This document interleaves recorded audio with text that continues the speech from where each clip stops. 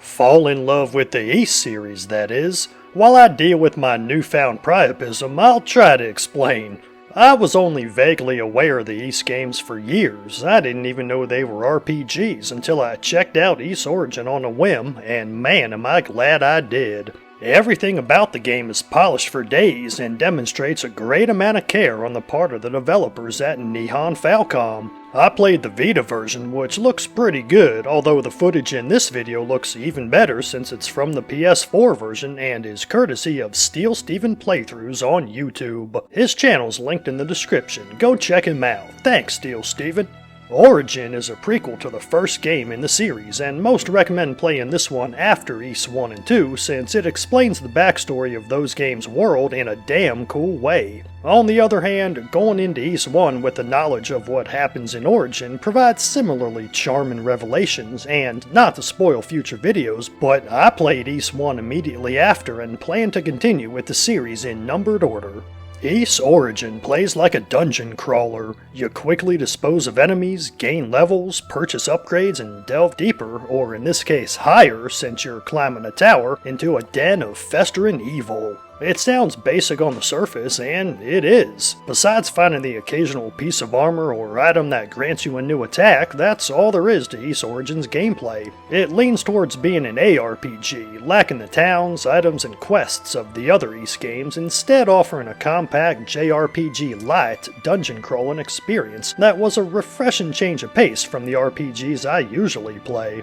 While Ys games are known for being tough, I'd say Origin provides an appropriate level of challenge for a newcomer to the series. I'm not the type to play games on hard unless they're brain dead easy, and Ys Origin's normal mode's satisfied for the most part. Since gaining just one level boosts your damage considerably, regular enemies pose little problem, but a few bosses took me several tries to learn their patterns and how to effectively attack, and they're easily the highlights of the game. I hope as I get deeper into the series I'll encounter a bit more challenge, though this is still the most difficult JRPG I've played in years.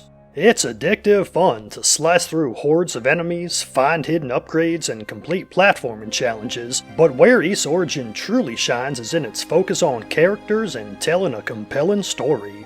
Now, those familiar with my channel might know that I'm not a big story guy when it comes to RPGs, meaning if a story is thin or tropey, that generally won't lessen my overall opinion of a game. But when the writers go above and beyond to keep me engaged, I appreciate it, especially when the gameplay is as simple as Origins. You get to choose from two starting characters who, aside from using different weapons that give each a unique feel, have a surprising amount of differences in their stories.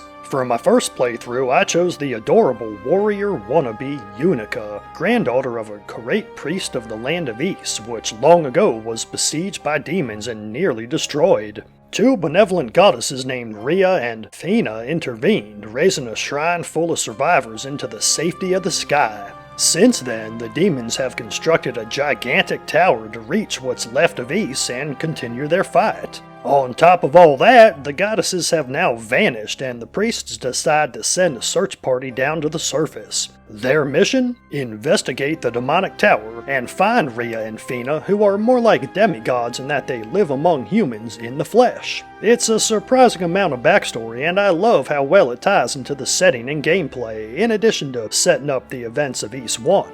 The entire game takes place inside the tower, and Unica's playstyle suits her background. She can't use magic, so instead wants to prove herself as a warrior in order to join the Knights of Ys. As such, she plays much like Adol, the main character of all the other Ys games, specializing in fast, melee brutality.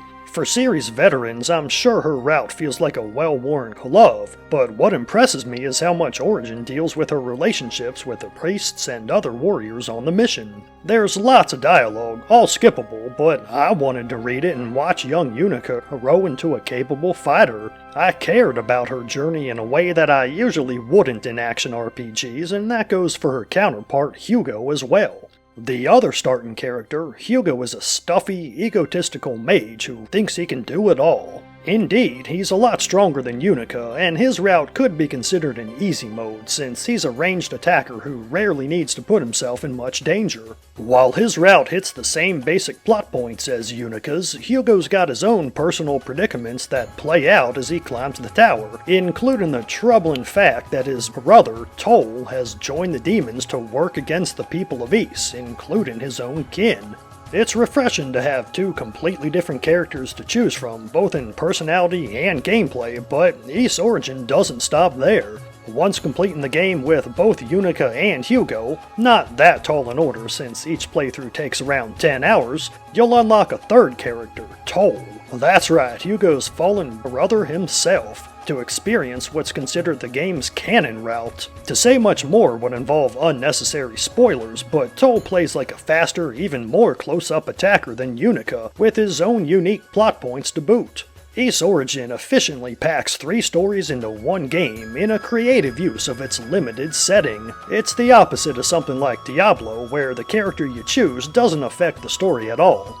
While you never leave the demonic tower, there's enough variance to keep things interesting. Each set of floors has its own theme, be it lava or poison clouds or underwater caverns, as well as its own set of monsters with distinct attacks. You're still doing the same basic slicing and dicing no matter what, but there's plenty of secrets to find, and the different floor themes lend to their own sorts of platforming challenges. I also enjoyed the upgrade system. Getting kills nets you SP, which you can use to bolster your defenses or raise your movement speed, among tons of other neat options. There's just enough here to push Ys Origin solidly toward the RPG genre instead of straight up action. Like I said, it's JRPG light, and that's a good thing. Finally, the presentation and music kick all kinds of ass. The opening anime cinematic starts with tender strings, but quickly turns into an orchestral metal suite, complete with squealing, sweet-picked guitars. I now know that Ys is famous for its metal songs, and I freaking love that. They set the perfect mood for this gothic-inspired tale of an ancient land overrun by demons, and the battle between good and evil that ensues, and I look forward to more great soundtracks from Ys. Yeah, I knew almost immediately that I'd want to check out all the other games, so this is the first in the series where I'll cover each of the Ys titles in numbered order. Next up, Ys I and II Chronicles. Until then, thanks for watching. Leave a like for that algorithm, subscribe for more videos on RPGs, let me know your thoughts on Ys Origin in the comments, and have a blessed day.